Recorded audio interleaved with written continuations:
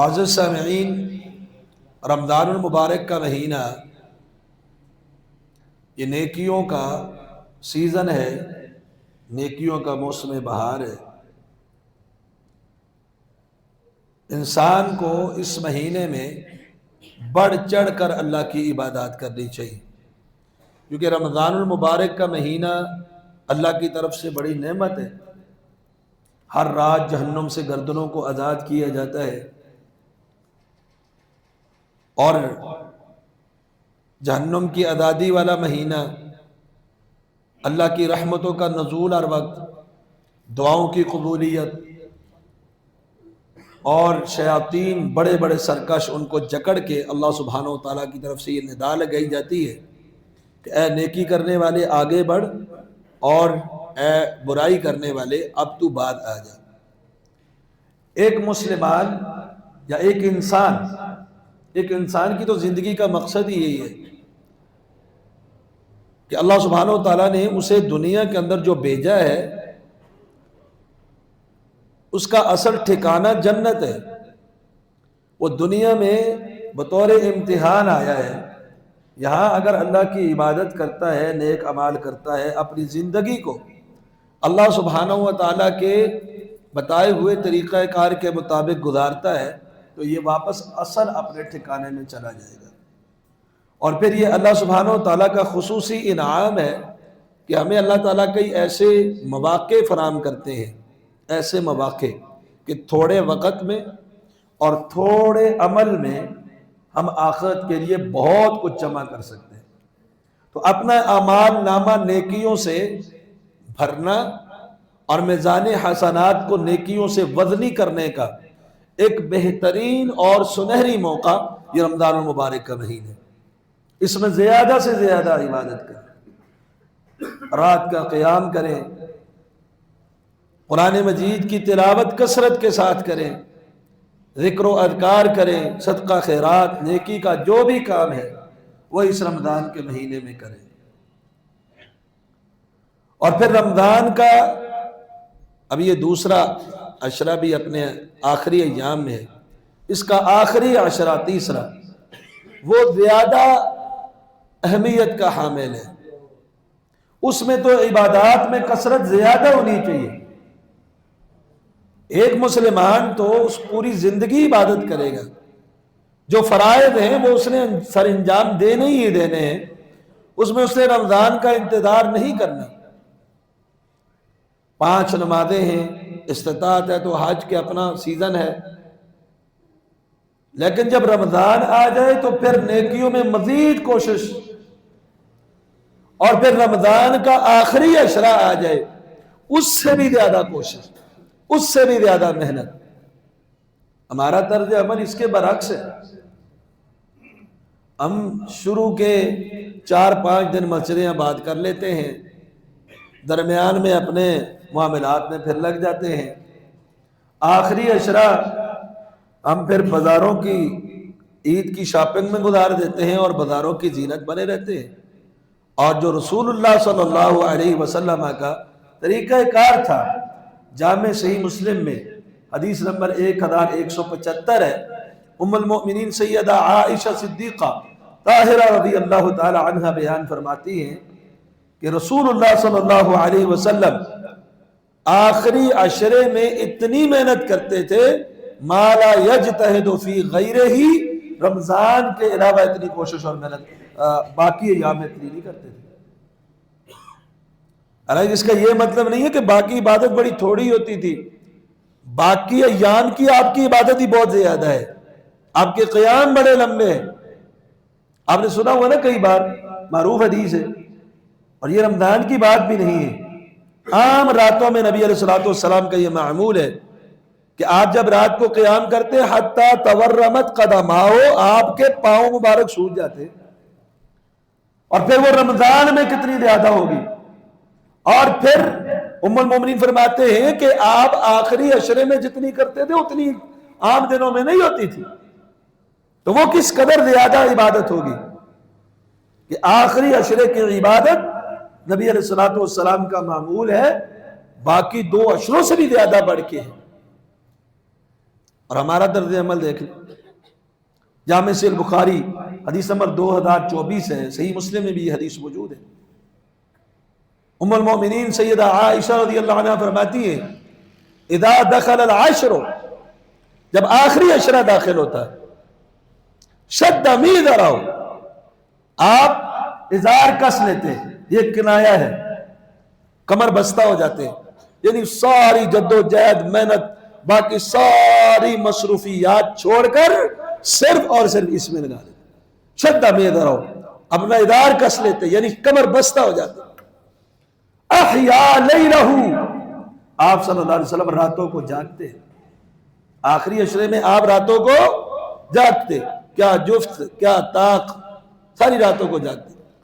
اور صرف خود ہی نہیں، وَأَيْقَظَ أَهْلَهُ، اور اپنے گھر والوں کو بھی رسول اللہ صلی اللہ علیہ وسلم آخری عشرے میں بیدار کیا کرتے تھے. یہ رسول اللہ صلی اللہ علیہ وسلم کی سنت اور آپ کا طرز عمل ہے کہ آپ رات کو ساری رات جاگ کے عبادت کرتے، آخری عشرے میں زیادہ اجتہاد، زیادہ محنت، زیادہ کوشش کرتے ہیں. اور ہمارا طرز عمل کہ ہم آخری عشرہ بناتے ہی بازاروں کی زینت میں، ہم آخری عشرہ عید کی تیاریوں میں ہی خرچ کر دیتے. تو عبادت کے اندر زیادہ محنت پورے رمضان میں اور آخری عشرے کا اہتمام اس سے بھی زیادہ ہونا چاہیے. اگر آپ رسول اللہ صلی اللہ علیہ وسلم کی رات کی عبادت کا ایک درمیانہ اندازہ لگائے، جامع صحیح مسلم میں حدیث نمبر 772 ہے، سیدنا حذیفہ رضی اللہ تعالی عنہ ہے، وہ کہتے ہیں ایک رات میں رسول اللہ صلی اللہ علیہ وسلم کے ساتھ نماز پڑھنے کے لیے کھڑا ہو گئی.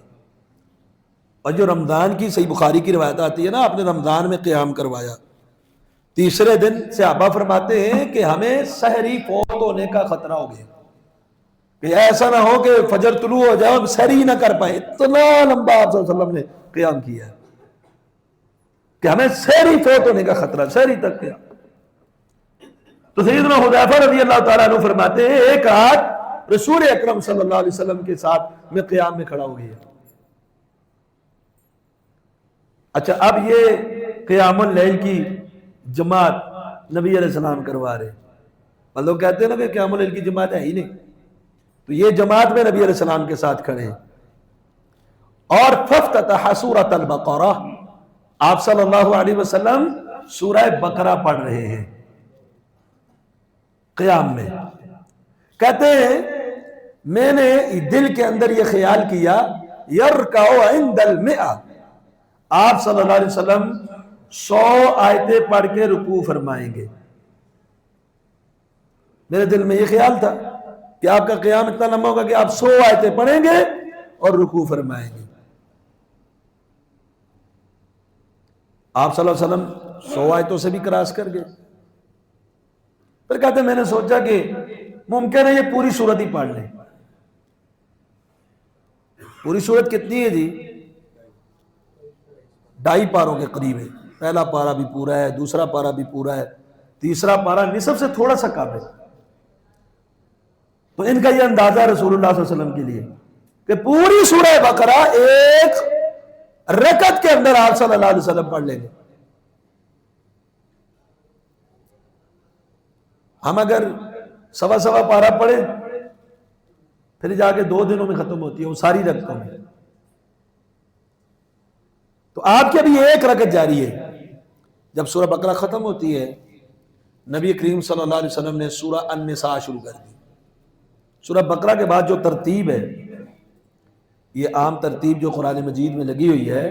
سورہ بقرہ کے بعد کون سی سورت آتی ہے؟ سورہ آل عمران. اور نبی علیہ الصلوۃ والسلام نے کون سی سورت پڑھی ہے؟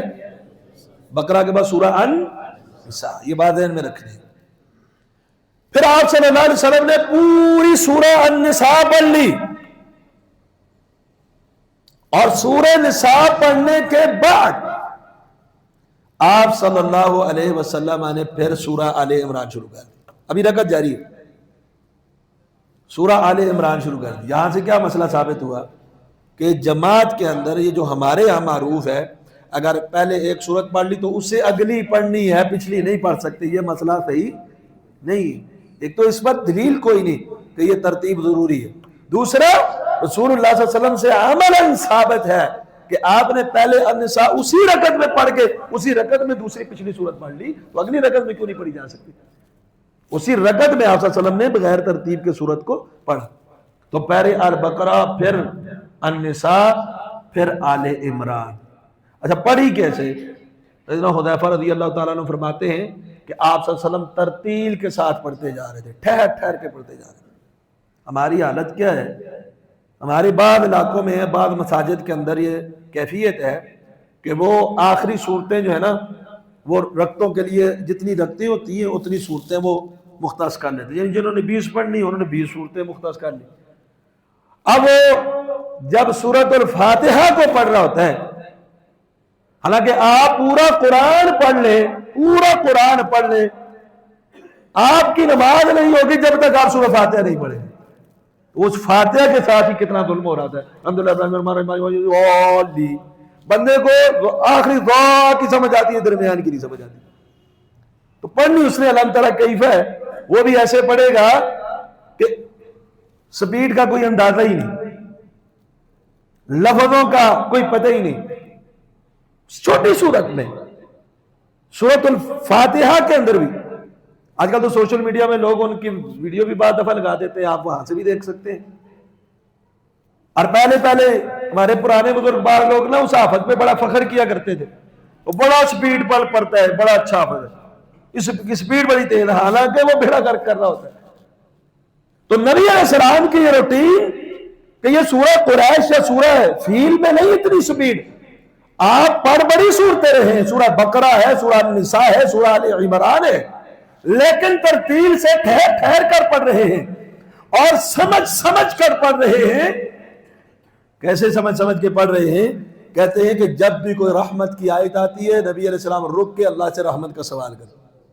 جب کوئی آیت عذاب آتی ہے رسول اللہ صلی اللہ علیہ وسلم وہاں پہ ٹھہر جاتے ہیں، اس عذاب سے پناہ مانگتے.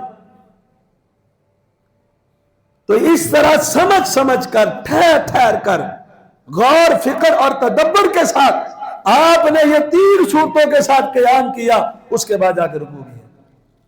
فَكَانَ رُكُوعُهُ نَحْوًا مِّن قِيَامِهِ، آپ کا رکوع آپ کے قیام جتنا لمبا تھا.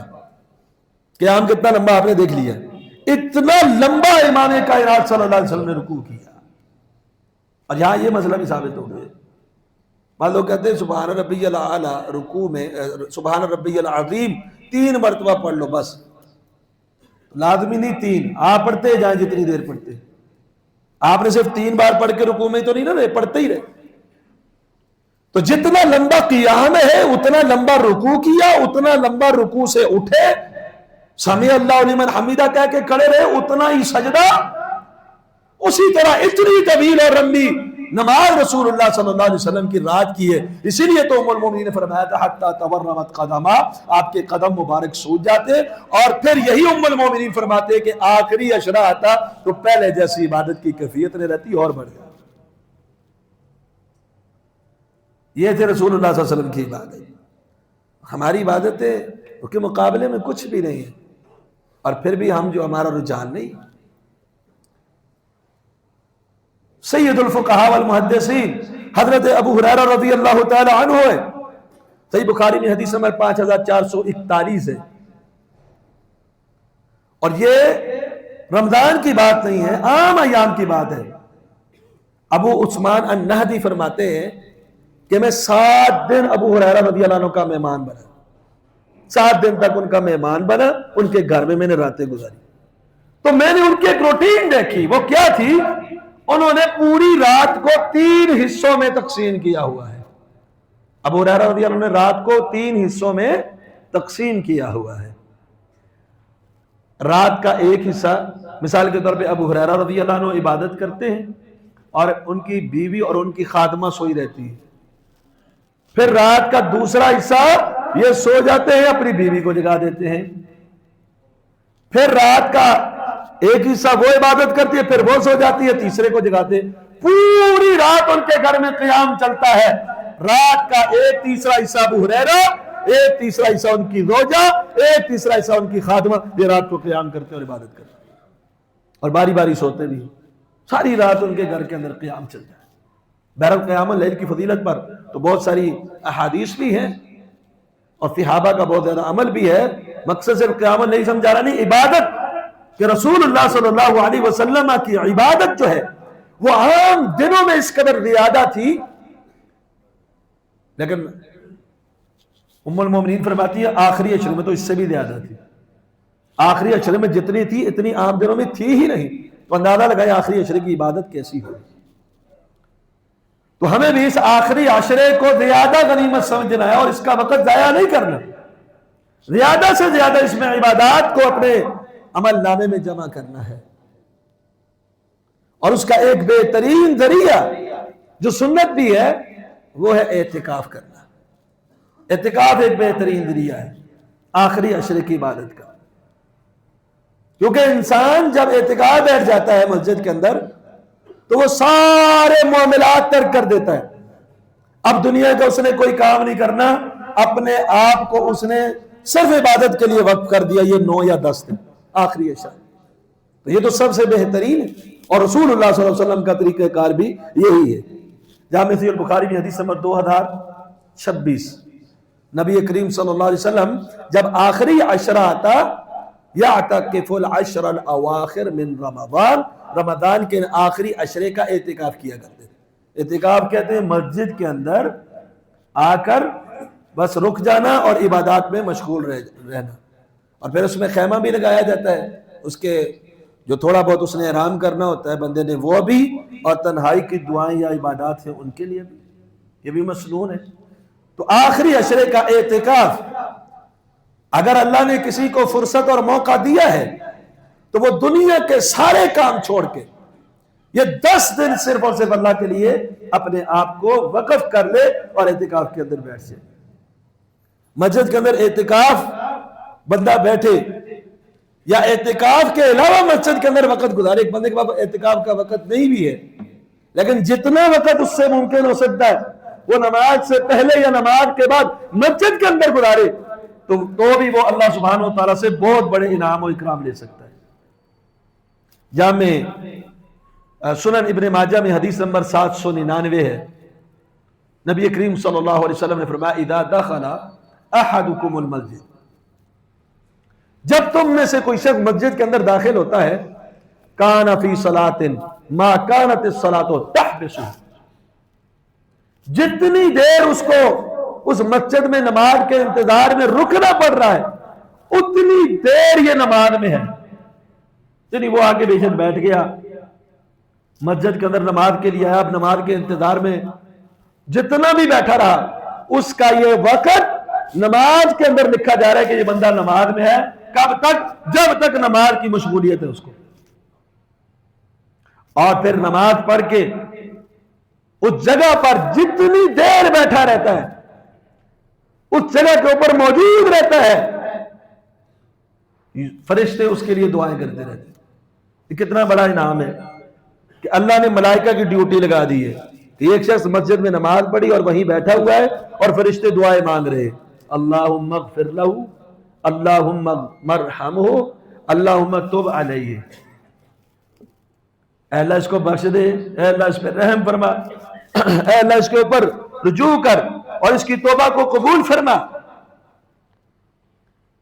اب یہ ملائکہ کی ڈیوٹی ہے، وہ یہ کتنی بڑی سعادت کی بات ہے کہ فرشتے دعا کریں ایک انسان کے لیے، اس کی بخشش کے لیے، اس کی رحمت کے لیے، اس کی مغفرت کے لیے، اس کی توبہ کے لیے۔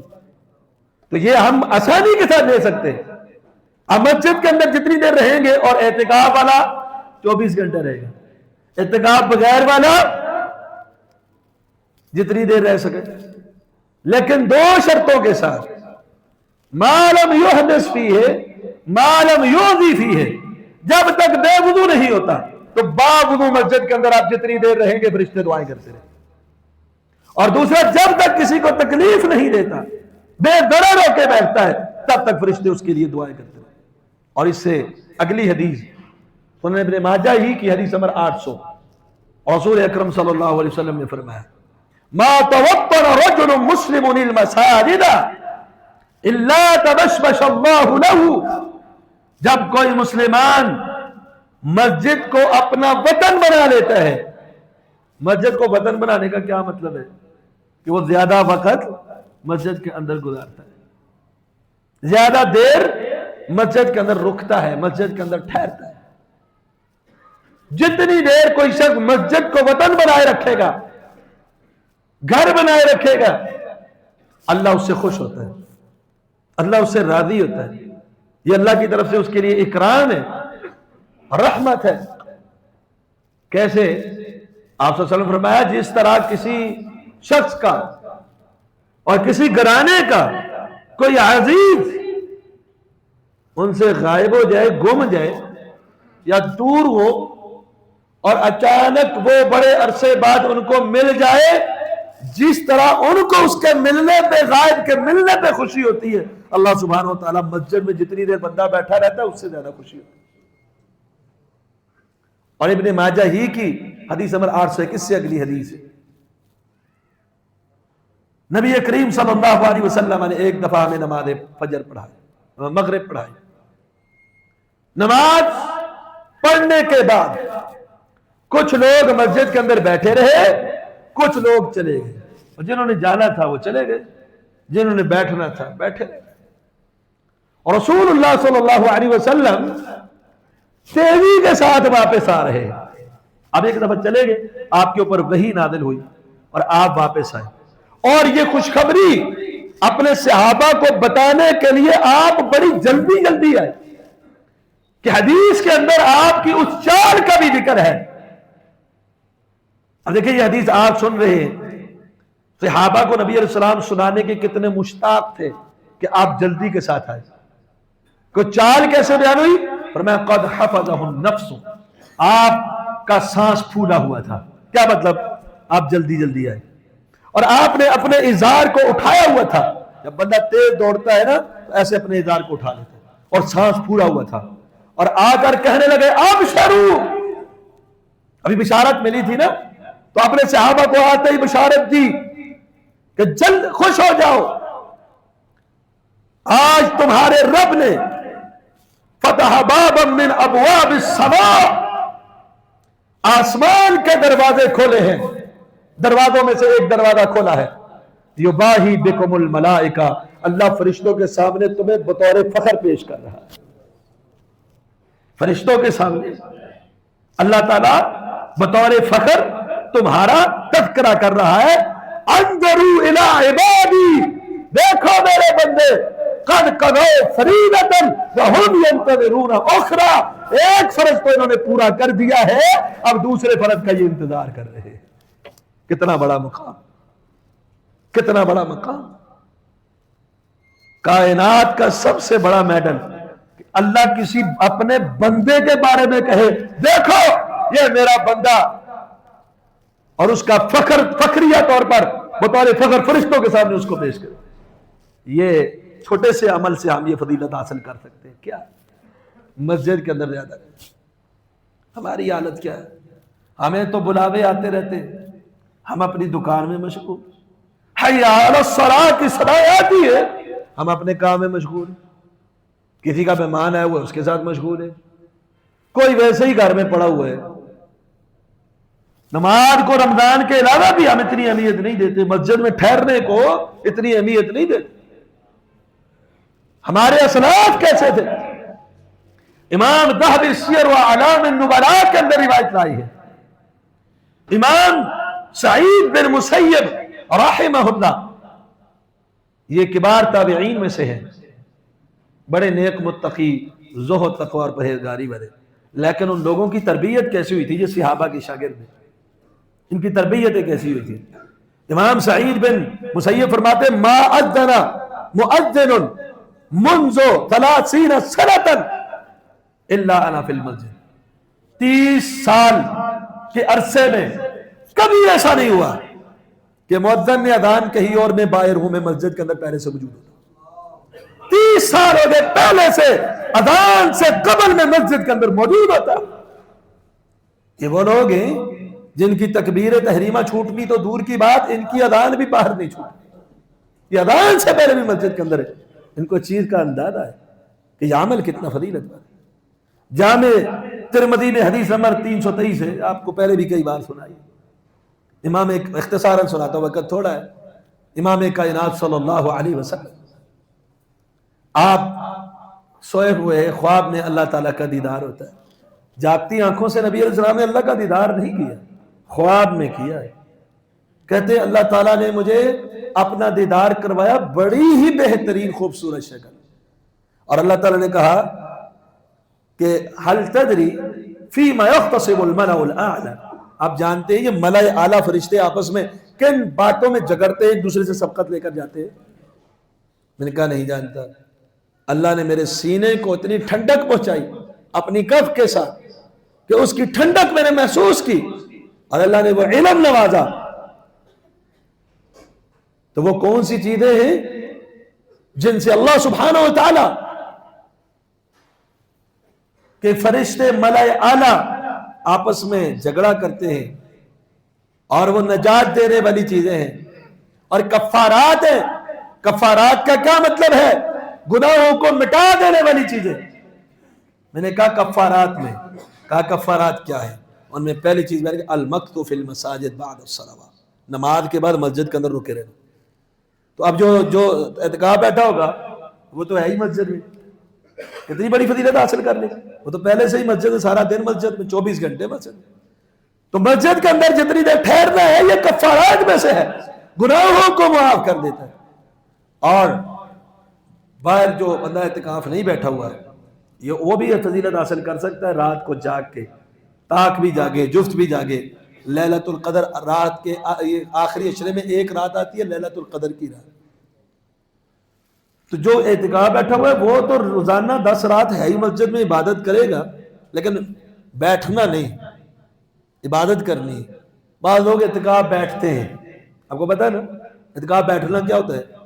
وہ اعتکاف بیٹھتے ہیں، تراویح ہو رہی ہوں گی، وہ خیمے میں بیٹھے ہوئے ہیں، کیا جی میں پچھلی رات قیام کروں گا، کہاں بیٹھا ہوا ہوں، آپ پڑھے میں نے پچھلی رات قیام کرنا ہے، پچھلی رات سوئے ہوئے ہیں، ساری کے لیے جگاؤ، نہ پہلی رات قیام نہ پچھلی رات قیام۔ صبح نماز پڑھی، اور جو باہر سے آیا ہوا ہے وہ ابھی پڑھ رہا ہے سبحان اللہ الحمدللہ اللہ اکبر، یہ خیمے میں گیا، اچھا کیا کرنے؟ ذکر کرنے؟ نہیں، جا کے دیکھو سویا ہوا۔ اٹھے گا کب؟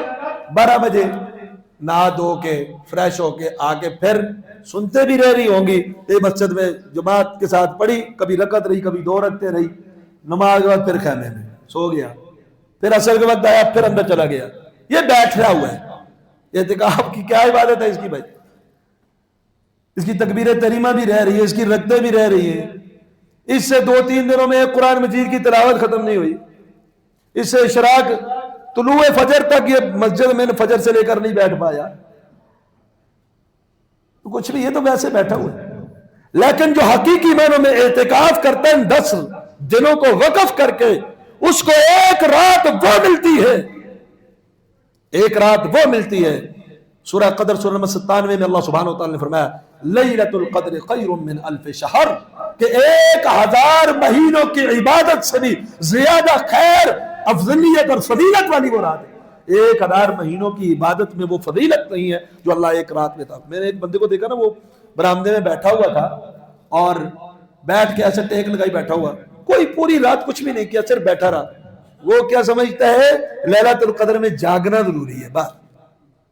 تو یہ جاگ کے اس کو دیکھنا ضروری نہیں، آپ عبادت کر رہے ہو اور وہ اگر موافق آ گئی لیلۃ القدر کے تو وہ عبادت آپ رکوع میں ہوئے، آپ تلاوت کر رہے ہوئے، آپ دعا کر رہے ہوئے، آپ صدقہ دے رہے ہوئے، آپ کسی بھی عبادت کے اندر مشغول ہوئے، اگر وہ رات آپ کو موافق آ جاتی ہے، وہ عبادت آپ کی 1000 مہینے کی عبادت سے بھی بہتر اور فضیلت والی بن جائے۔